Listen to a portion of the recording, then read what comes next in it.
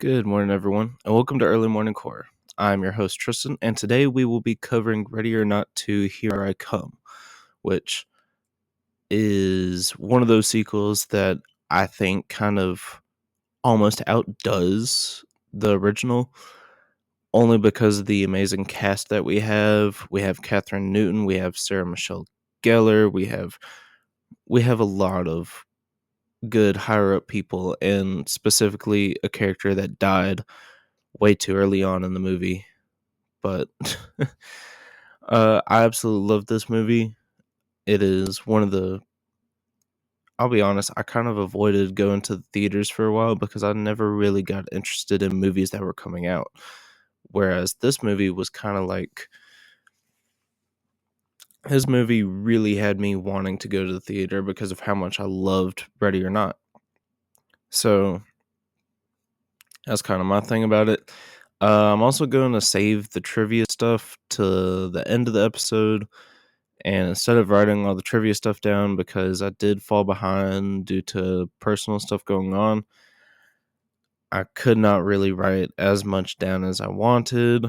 I did end up finishing my rewatch yesterday morning and finishing up my notes. So I've got like 3 pages written down right now. Other than that, let's get into the facts. Like I said, I love this movie. I strongly recommend anyone that has not seen it to please go watch it. And if you haven't seen the first one, please go watch the first one first, okay? Because it is so good. All right. Okay. So Ready or Not 2, the directors and the writers are the same as the first one. Directors Matt Bettinelli and Tyler Gillette being the directors, and the writers being Guy Busick and R. Christopher Murphy. Now, we did have, I want to say we had a bit of a bigger budget with a $14 million budget. Let's look. Okay, yeah, the budget for the first one was only $6 million, and it ended up grossing $57 million, whereas the sequel had a budget of $14 million and a gross of $42.4 million. So it ended up making probably about $10 million less with a budget of $8 million more. So that sucks, but it still ended up making a profit, which is all I really care about. The ratings being Rotten Tomatoes is the same as the first one with an 89%, with IMDb at 6.6 out of 10, and Letterboxd being a 3.4 out of 5. I'd say those are fair. I mean, you are either going to like this movie or you're going to love this movie. I did read reviews saying that they did not like it because it was too similar to the first one. Whereas I think that's its strong suit. I think that's why I loved it so much, was because I loved the first one. But okay, enough about me and my feelings about this movie. It is time to talk about everything that happens in the movie. So keep in mind, this movie picks up right at the end of the first one. So right after, the Ladomas's house burning down with Samara Weaving outside, when 911 operators show up and asking her what happened, and she says, "In-laws." Okay. And right after that, she kind of passes over.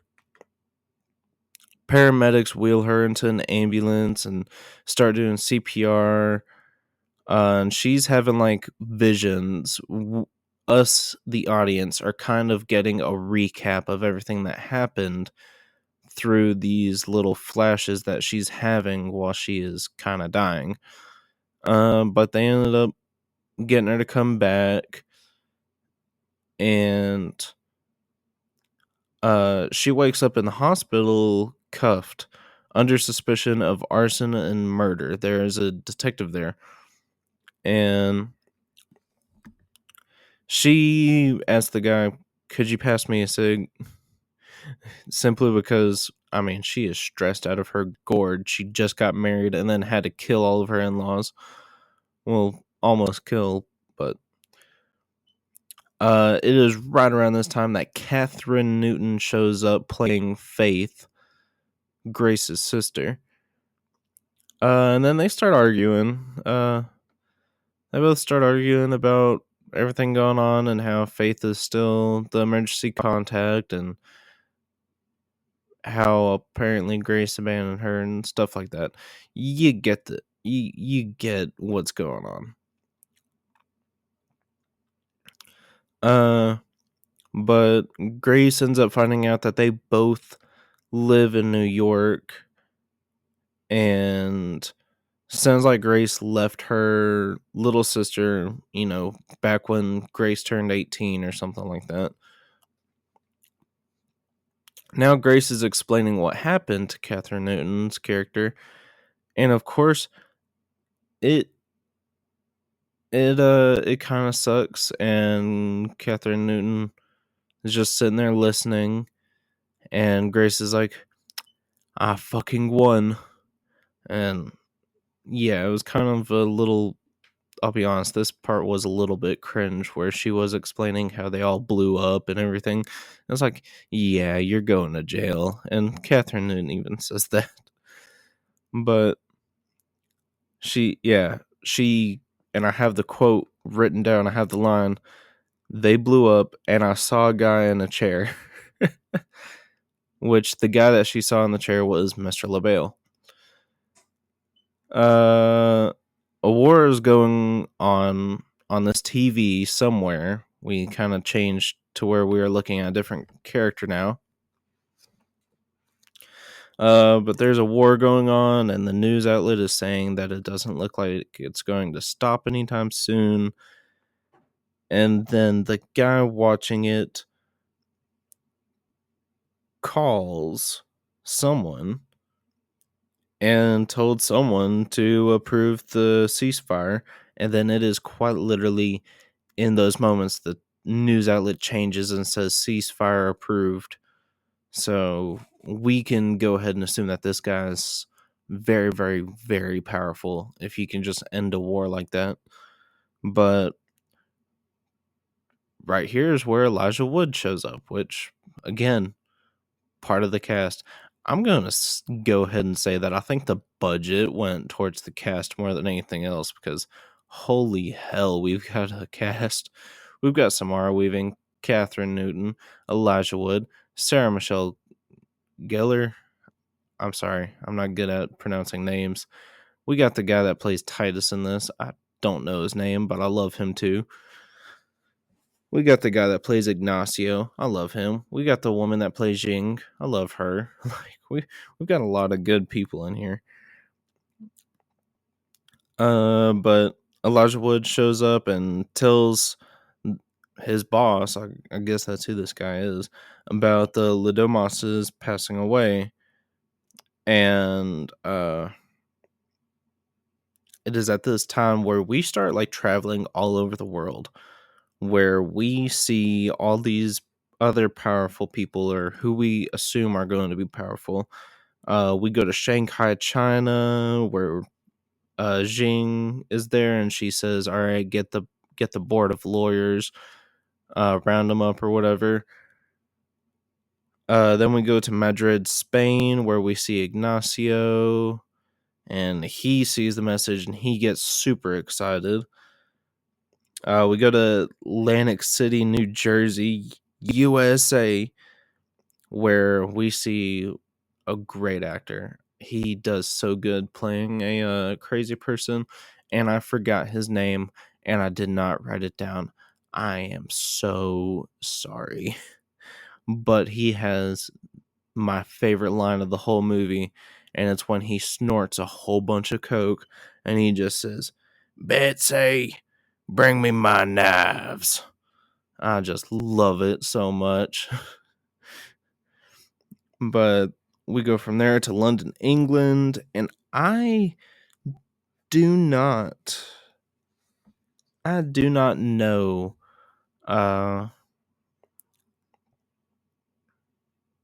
We go to London, England, and I did not write down the names for these 2 or 3 characters. It's technically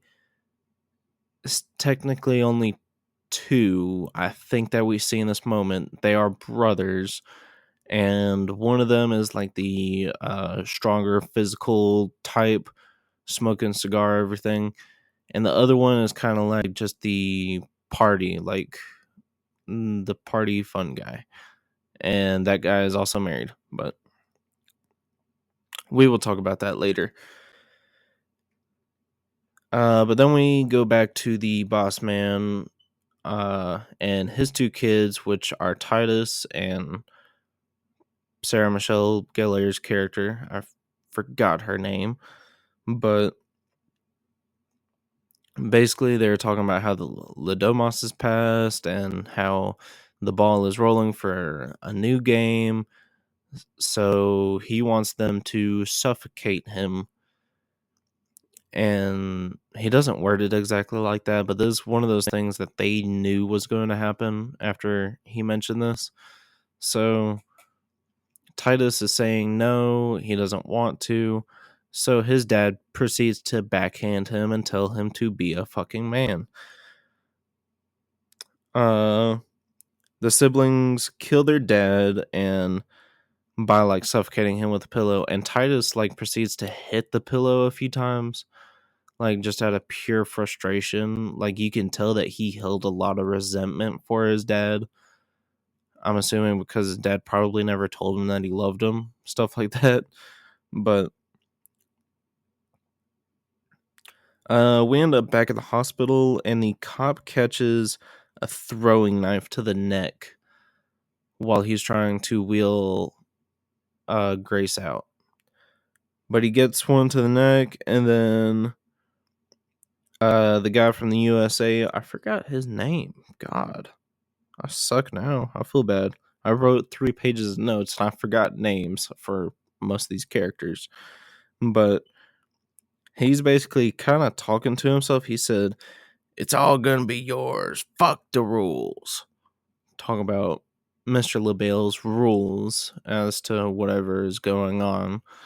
I assume it's kind of like the same rules of use the weapons from the century, or maybe more serious. I'm gonna assume it's more serious based on what's about to happen.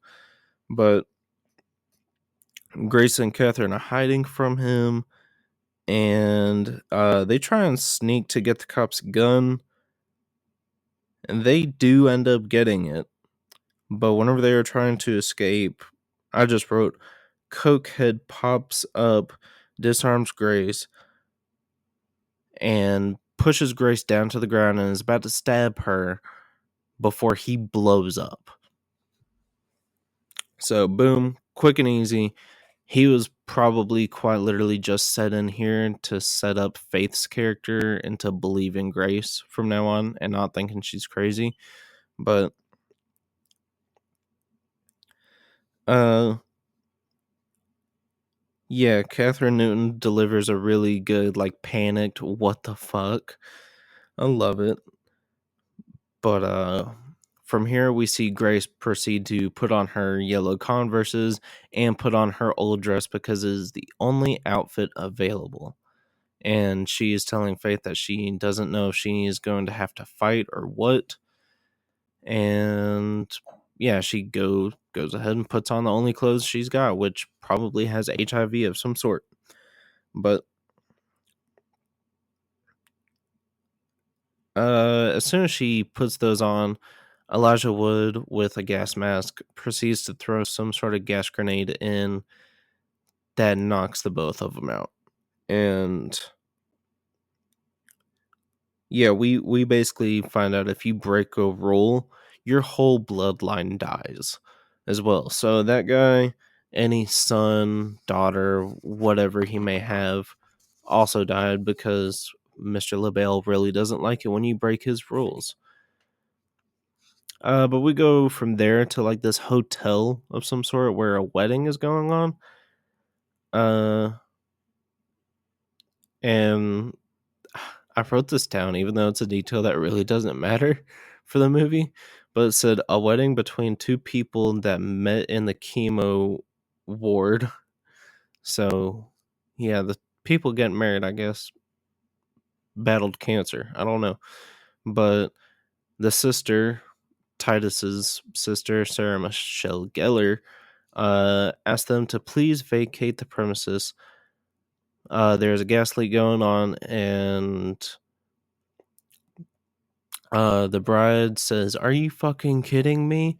And Titus says, "Kindly get the fuck out." After she says, "Are you fucking kidding me?" he says, "Kindly get the fuck out."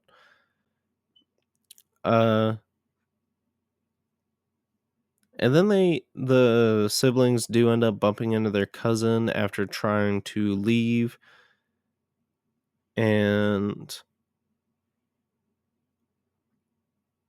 it's kind of obvious that they don't like this cousin.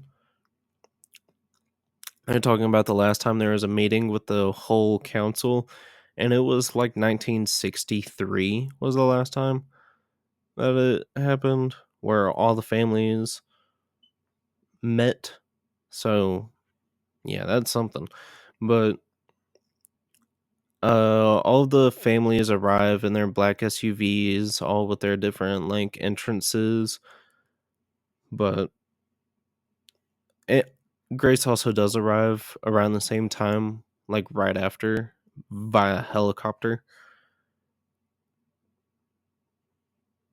Uh, Elijah, we cut to where Grace and Faith are now like handcuffed, ball gagged, everything. You would have seen this in the trailer. But Elijah explains what's going on, basically saying that because she survived, there is now a new game going on where because she survived, the high table seat is now open for grabs via competition between all of the families, and whoever kills Grace gets the high seat. Which the old man that basically said the ceasefire, he was the one that held the high seat, and the reason why he got his kids to kill him was because he wants his kids to participate. Because if he had to participate, of course, there'd be no chance in him catching Grace or anything. So, but after Elijah does his whole explanation, he says, "Hail Satan." Everybody else says, "Hail Satan." Then Elijah would ask Grace any questions, and her with the ball gag is, yeah. And they removed it, and she says, "Can I have a cigarette?" Elijah, "No." And then Ignacio starts to smoke one, being a dick, like making eye contact with her and everything, laughing. I'm like, my God, what an asshole. But yeah, the high seat controls the world. Basically, if you sit at the high seat, you can have probably anything you would ever want. I doubt anybody could really tell you no. You could probably kill somebody on the front steps of the White House and be fine. But Grace doesn't want to play. She like really does not want to play. She so against playing. So they're like, okay. Random security guard lady, kill the sister. So of course, as soon as they whip out the knife, Grace is like, wait, please, I'll play. Like, my God, that sucks. Faith gets the ball gag removed, and she doesn't even know why she's there because she's not involved in all this. And she mentions how they haven't seen each other in like 7 years. Okay, Sarah Michelle Gellar's character's name is Ursula. Or Ursula, something like that. But Titus and Ursula ask why. And they kind of explain it like it's complicated. Things just didn't work out. Grace left, stuff like that. Ignacio is kind of pitching in. Bad leverage. Oh, this thing doesn't even care about the other thing or something like that. But Alex's ex-fiance shows up. And yeah, she absolutely hates Grace, blames Grace for their relationship ending and stuff like that. But yeah, it's right about now that Grace and Faith get injected with something that knocks them both out. And the families are limited to use a weapon from whatever century, I believe, or a weapon from the time period of the signing. So, like, if you had an ancestor sign in like the 1600s, guess what? You're only using a weapon from the 1600s, which we do kind of see that with each of the families. Uh, the only ones that use a gun are Ursula. She uses like a flintlock pistol style, and Ignacio uses like a more modern sniper rifle. It looks really cool though. The brother from London, England that I mentioned, he is using like a kukri style sword and puts on this mask. Titus is using like a war hammer.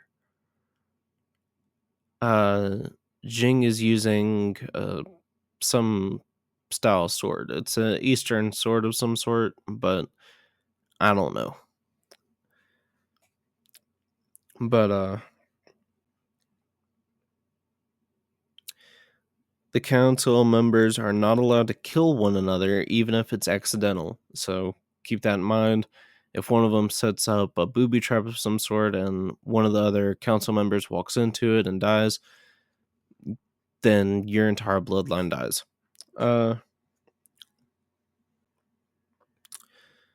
But the game begins and they all run, except for Jing, they all run to these golf carts to take off. And Titus forgot to put the keys in Ignacio's and Iron Mask's. I don't know his name, so I'll try and come up with ways to describe him. But yeah, basically, and Ignacio's like, cheaters. I don't know how to say it. God, I want to say it because the dude talks really cool. He talks funny a little bit too, with some of the ways, some of the words that he says are come very smooth. But Grace and Faith wake up, cuffed to one another, and of course, it doesn't take long for them to start arguing again. But Titus and Ursula bicker about who gets the ring because technically they will both share the same amount of power, but it's also kind of like a thing of, well, who kills her, you know? But the Chinese woman Wan Chenjing flies a drone over and starts to tell Grace about how she found a loophole in the Mr. LaBelle's book of sorts, just in time for Ursula to shoot it down with her like flintlock. But Grace and Faith start running to the woods, trying to escape, and Ursula's actually not a bad shot. She is almost hitting them pretty often for being in a moving golf cart. But they get into the woods, so it's a bit more of a clearing. They run kind of far ahead, and Faith is wondering how Grace didn't know Alex was in a cult, saying she must have been distracted by all that money. And Grace is like, what's that supposed to mean? And Faith said, I'm just saying, I work for my shit and don't need rich dick to solve my problems. Grace says, fuck you. Faith, fuck you. Grace, okay, what does Derek do? And Derek is the boyfriend Faith did tell us about, but I forgot to mention because it's kind of a minor detail. Faith says finance. So of course Grace is like, and I'm the one chasing rich dick or whatever. But it's about this time that Ursula is close by saying, Grace, come out. I'm not going to hurt you. Stuff like that. And basically, while they are paying attention to what Ursula is saying, Titus is kind of sneaking up behind them and attacks and nearly gets Grace with it. They fight back. They pick up this log and they clothesline him. It was so good. They knock him on his ass. It was great. And they take off running. And Ursula, instead of chasing after them, she is scolding Titus for whatever reason. Scolding him and slaps him like their dad. And there's just this moment of anger in his eyes that is oh yeah, no, you are pushing it.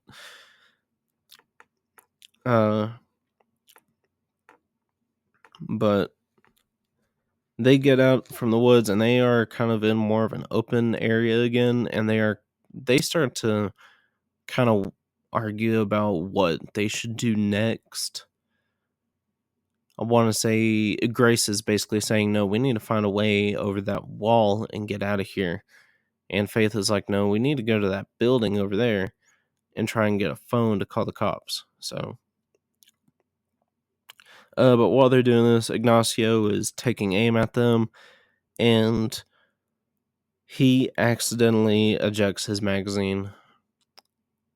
So this was kind of like one of those things of, oh, he's just some rich asshole who doesn't know what he's doing.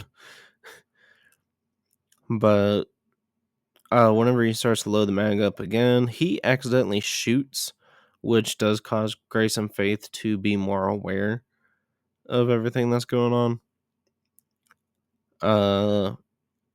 So they both take off running, and luckily Ignacio isn't the best shot. I mean, then again, I don't know if he even knows how to sight in a rifle, so can't blame the guy too much. But he's not the best shot, and he misses every shot he takes. But Elijah catches the cousin to Titus and Ursula. That cousin is sending a message to them saying where Grace is, and Elijah catches them doing it and says, you shouldn't do that, because that is cheating. But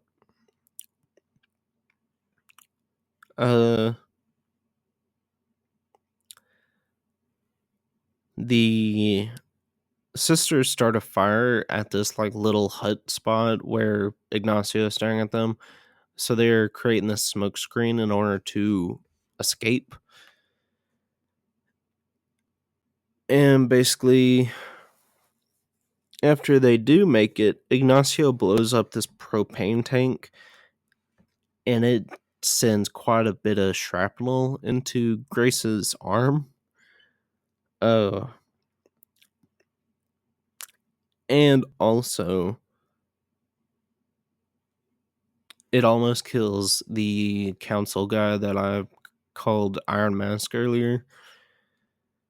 It blows him up a little bit, and there's this moment of, oh my god, Ignacio is gonna die, and so is his daughter, which is Alex's ex, and also his son.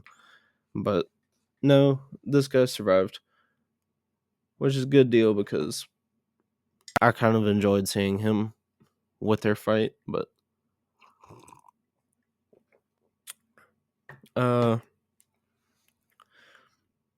basically they get into this casino, and Faith starts pulling some of the shrapnel out, and of course we find out a little bit more backstory, how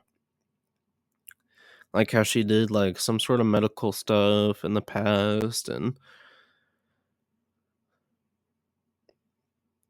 basically Faith is do you want a shot for the pain?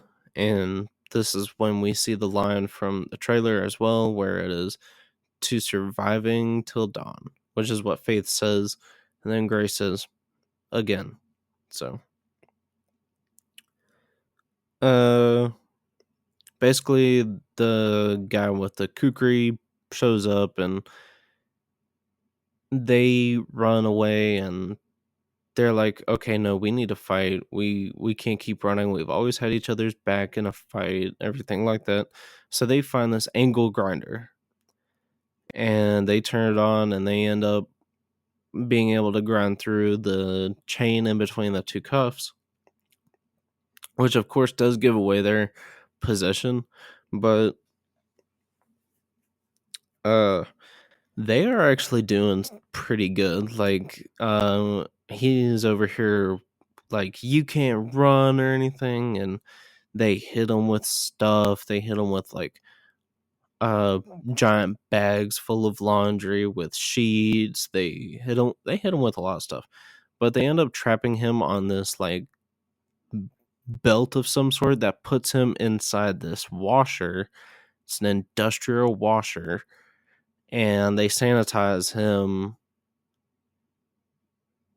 That's probably not the right word, but Grace says like a cheesy one-liner, says bath time, and turns it to sanitize, which kills this guy because that water must have gotten so freakishly hot. But Grace does get the phone off of the guy, starts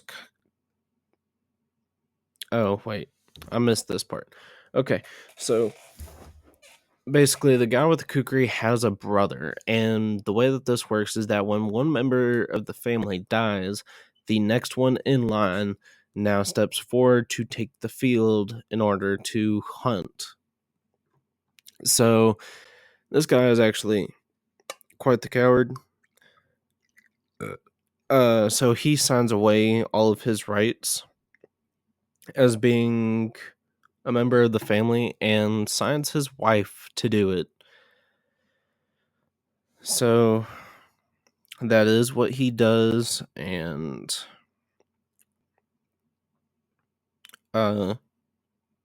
signs his wife up, and then we cut back to Grace, and she thinks she's calling 911, but she's actually on the phone with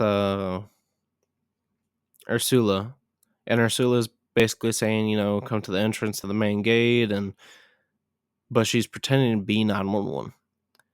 Come to the entrance to the main gate. We will have a unit there shortly. Stuff like that.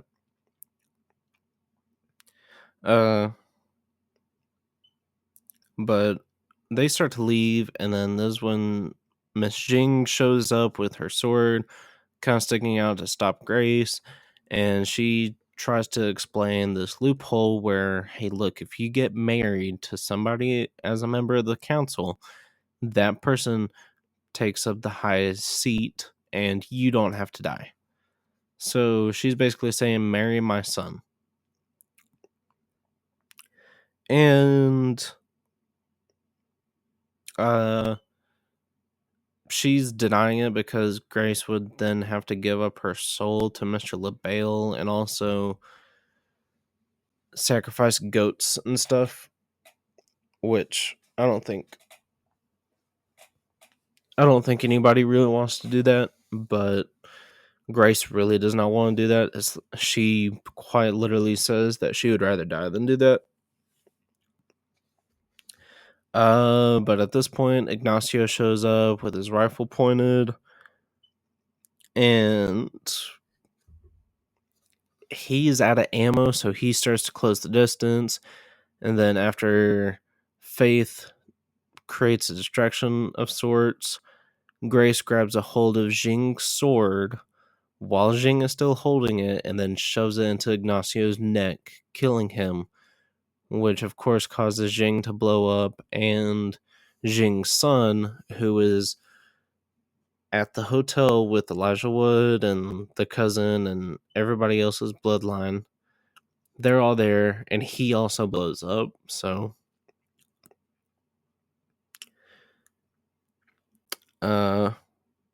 but Faith ends up grabbing Jing's sword because it's a cool looking sword, and then they start bickering again about when Grace left, and also Faith made up Derek, and She also made up her job. She does not work as like some social media whatever.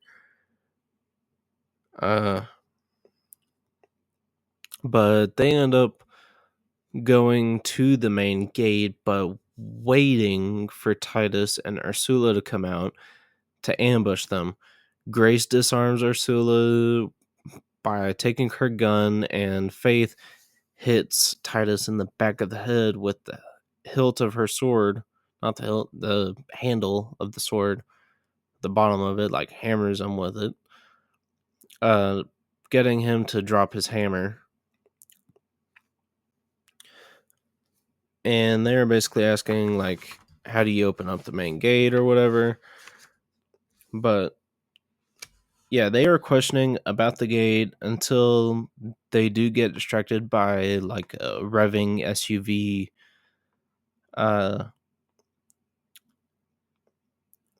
Buffy does disarm Grace, and Titus and Faith get into their little scuffle, but Grace, this is also from the trailer as well, but we do see Grace get like beautifully judo thrown and then stabbed with some iron stake. It looks awesome. It's a very Buffy type moment. We loved it. But basically, after this, great Faith pushes Buffy off, and then not Buffy, Ursula pushes her off, and they kind of get away. But Titus has some sort of head wound, and Ursula's like, "Here, let me look." And Titus says that he's tired of being treated like a child. But we cut back to the like waiting lobby area, and Alex's ex shows up wearing the white gown and some military case and tells Elijah Wood that she's ready to take the field now. And Grace and Faith end up going back to, I guess, like the wedding venue of sorts. She pulls out the stake with the iconic scream happening, music to my ears. But then they start arguing again. They do a lot of arguing in this movie, but they start arguing again about how Faith doesn't listen, about how she should just run, and how Grace does say something pretty hurtful by saying that she wishes Faith never found her again, stuff like that. But it's also from like a place of love, if you can understand that. But well, when I say you, I meant not the audience, you, but like Faith. Faith does not understand what Grace is saying when she says, "I wish you never found me," because in saying, "I wish you never found me," it would be the same as saying, "I wish you never got involved in this crazy mess," that sort of thing. But yeah, Faith starts to leave, and we end up getting a pretty funny fight between Grace and Alex's ex. They both end up pepper sprayed, and they end up swinging everywhere with music playing in the back. They're tackling cardboard cutouts and cakes and everything. But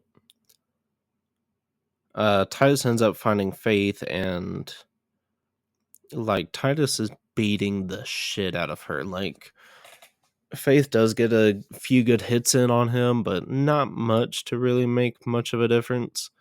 I think like a headbutt, spit some blood in his eye, stuff like that. But this is how bad he was beating on her. Like he even said he was going to kill her. But I did write down in all caps, "Jesus, Titus, stop." And then the line right after that is, "Whoop that ass, Grace," because this is where course, Grace is wounded. Grace has not probably slept good in a few days. And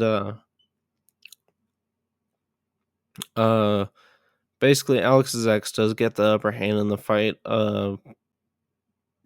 until Grace like tackles her, then grabs this giant keyboard and does her scream and whacks her over the head with it. I fucking loved it.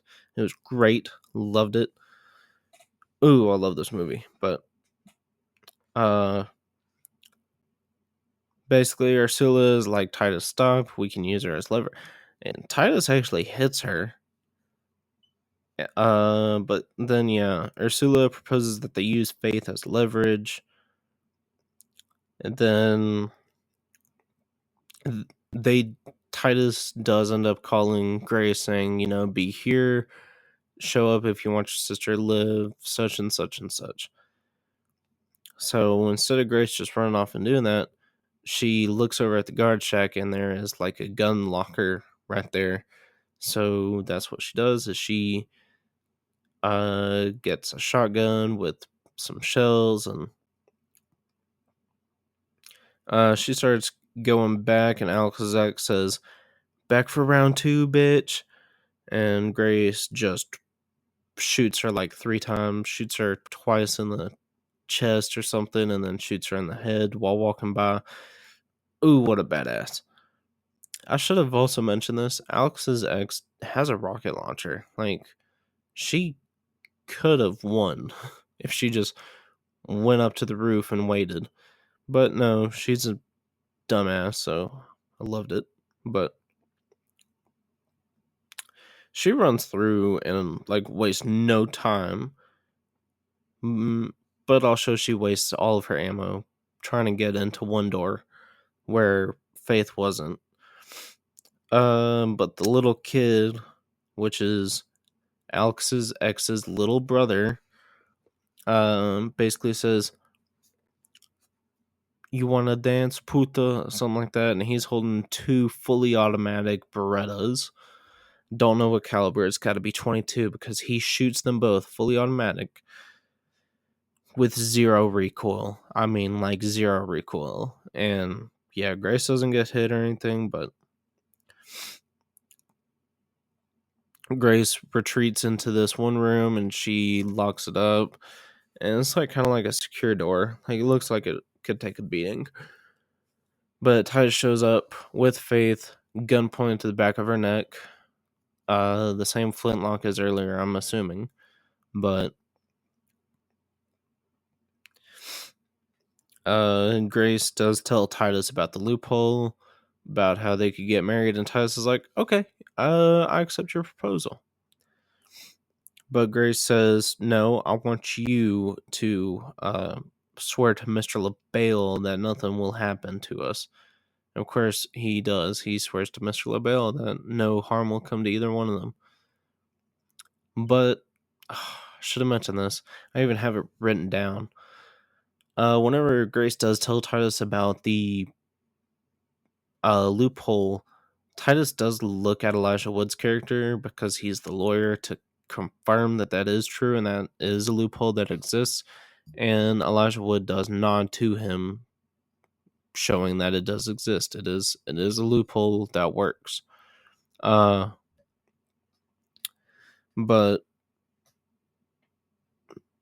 yeah, whenever Grace does get him to swear to Mr. LaBelle, she does come out and Grace starts getting like 5-star treatment, like makeup, nails, hair, everything. But Faith also got cleaned up a little bit. She's all bruised up, looks sad.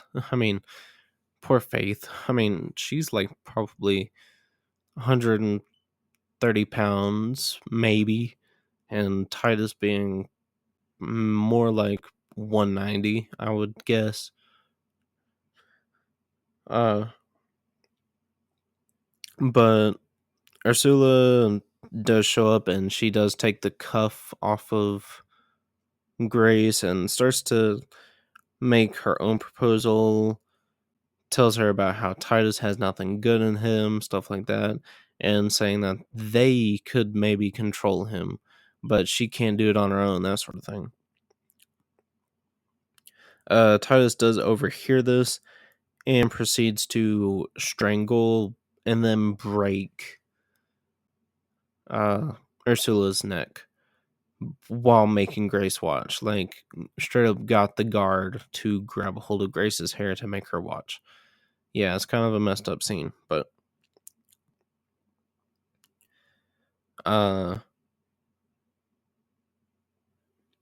Grace, we end up seeing like the full shot where Grace is walking with her gown and the thing over her face and everything.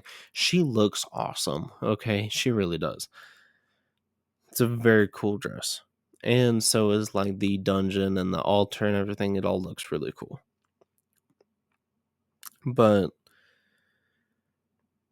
Elijah Wood also looks cool. He has like these cool robes and this cool like mask helmet looking thing. Titus, he looks cool too. I love his outfit. I'm gonna say outfit, not suit. But Elijah asking Satan to bless them, and there's a goat brought in, assuming for sacrifice, and there is like this giant pit that opens up, and it's got bodies in it and everything.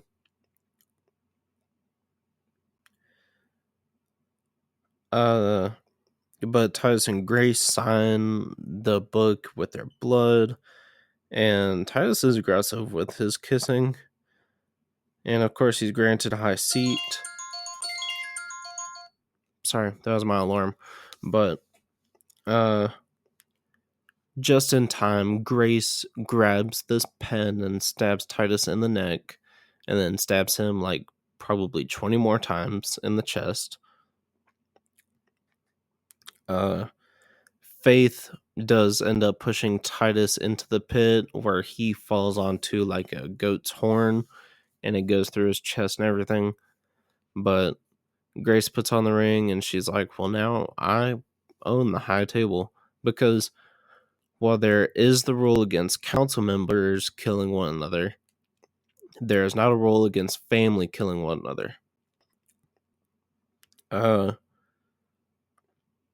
So Grace, of course, she takes the high seat and then she says, I will now remove myself from the high seat and from the council and from the organization. So now the high seat is open until dawn. If nobody has it until dawn, which is in 3 minutes, then Mr. LaBelle will be very angry.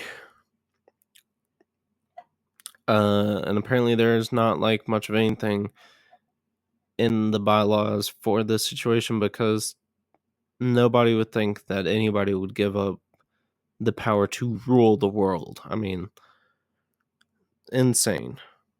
But she throws the ring into the sacrificial pit and everybody starts jumping in there. But Grace and Faith start to leave. They kick this knife into the pit and says oops, but also saves the goat. And then not long after that, everybody starts blowing up left and right. And even the one dude that signed his wife up, he's like, I gave up my right, so I'm safe too. Hell yeah. Right before blowing up right in front of Grace and Faith. But Mr. LaBelle does make an appearance, and they start to leave. Grace grabs this, some cigarettes, and Faith finds the sword again.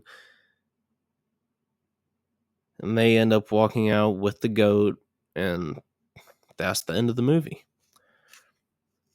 Okay, now that we have talked about the movie, how it ended, everything like that, I think now we can get into the trivia part that I said I was going to do, which is just pulled up on my phone.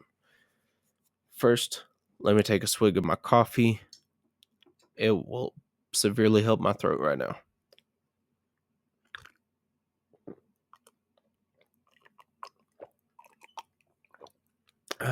Okay.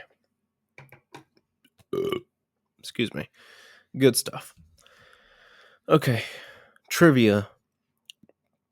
So, Matt Bettinelli and Tyler Gillette were working on an original film centered around a sister story set to star Catherine Newton and Samara Weaving, but when Searchlight Pictures approached them to direct a sequel to Ready or Not, they proposed integrating their original sister story into the Ready or Not sequel, which of course Searchlight Pictures approved, and then we ended up getting this, which I really did love. That was the first one. Second one, Catherine Newton is a fan of Sarah Michelle Gellar and her series Buffy the Vampire Slayer. Newton brought in a picture of Buffy from Welcome to the Hellmouth 1997 and recreated her outfit in this film. Gellar recounted, and then I'm in the first scene with her, and I was like, your outfit reminds me of something. And she was like, does it? And so I have a great side by side. Yeah, the hairdo is exactly the same. The directors revealed that having Sarah Michelle Gellar in the cast meant they had to get creative with weaponry, as Gellar had used almost every weapon imaginable during her Buffy years. It happened with every weapon we gave her. They told Empire, we had a crossbow as her weapon for a minute, and Sarah was like, guys, Buffy had a crossbow. To up the ante in some of the film's bigger, more explosive set pieces, the duo even introduced a rocket launcher into the film. Bettinelli Open says Gellar had a quick response. I used a rocket launcher. According to the directors, 325 gallons of fake blood was used during filming, with 140 gallons being used in the final event alone. 14 blood cannons were built by the special effects team for one specific sequence. For fans of the gore, special 4DX screenings even sprayed the audience with fake blood to create an immersive experience. I would have loved that. God, that sounds cool. Samara Weaving recalled getting hurt ahead of filming the sequel. I was really terribly injured before filming this and I couldn't walk. Weaving told the Post while promoting the film, basically, I have a dead disc in my back and I had 3 bulging discs. It was horrendous. I couldn't move, and then miraculously, I came to life. I came to life and I could walk and run like 2 days before shooting. It was truly insane. Catherine Newton shared just how nervous everyone on set was. You should have seen the producers every day. Everyone was really nervous that I wouldn't be able to do it, reflected Weaving. Luckily, Weaving had her husband Jimmy Warden with her for support. He was there and helped me, and I was so high on pain meds, and he was helping me just feeding me. Weaving detailed he'd have to help me to the bathroom, like put me in the shower. It was too rough. I mean, it was rough. Which, oh my god, there's 27 more. I could talk about this probably for the rest of the time. But Samara Weaving and Catherine Newton formed a very close bond with Sarah Michelle Gellar during filming. I don't think that needs to be in the trivia. I think I would have just naturally assumed that. Samara Weaving revealed that the film almost didn't happen, explaining we all didn't think there would be a second one. She confessed, and then there was little whispers of conversations that maybe we should do another one. And will Searchlight want to do it? Will we be able to get everyone back together? And then suddenly those whispers became real conversations, said Weaving. And then suddenly we're signing contracts and it's happening, and the script is being written. So it was really a surprise, the best surprise, because I had so much fun on the first one, and they're all my favorite people. So I'm just really grateful that we got to do it again and be silly little beans.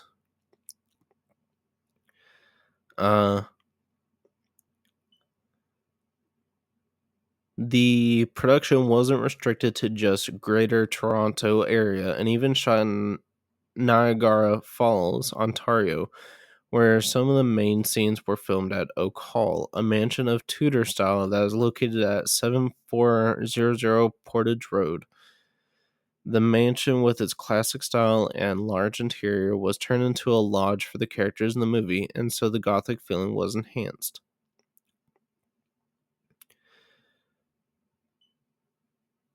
Let's see. Okay, let's see. Okay. Catherine Noon revealed to People magazine that her role was written specifically with her in mind, which sounds pretty cool. Catherine Newton also revealed that the handcuffs to keep Grace and Faith cuffed together were real handcuffs. And then Grace and Faith say they haven't spoken to each other in 7 years, which is how long it has been since the first film released. And Kevin Durand filmed his scenes in just 3 days. Sorry, let me look and see who Kevin Durand is. Okay, yeah, Kevin Durand is the guy that blew up in the first like 10 minutes, which does suck. But oh god, I lost my spot. Where's oh god. Okay, let's just go to the spoiler territory trivia stuff. Directors Tyler Gillette and Matt Bettinelli open revealed that Martina Rahan also exploded despite having driven away from the estate before the third act. They said she survived until dawn, but because her name was on the contract, she exploded wherever she ended up. They even considered a scene showing her car on the side of the road filled with blood and splatter to confirm she did not get away with Grace and Faith walking by her crashed car. When all the Satanists bow to Grace's ascension to power, it's the goat that's the first to recognize and bow down to her. Matt Bettinelli revealed that it was a serendipitous surprise to them.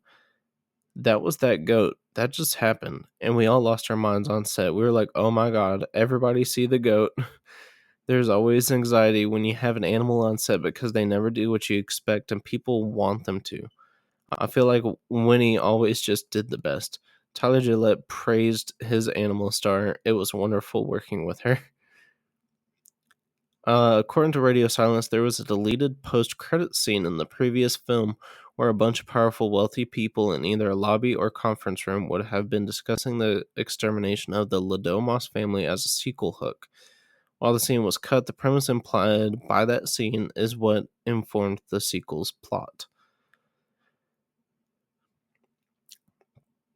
Oh, okay. I was wondering about this, but whenever Grace arms up and starts to head to where Faith is, she is humming something, and I could not tell what it was. But this actually says it. As Grace heads to the lounge where Faith is captured, she starts to hum and sing to herself, the hide and seek song from the first movie. I didn't know that.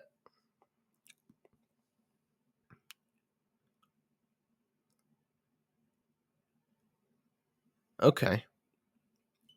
I'm going to go ahead and cut it there.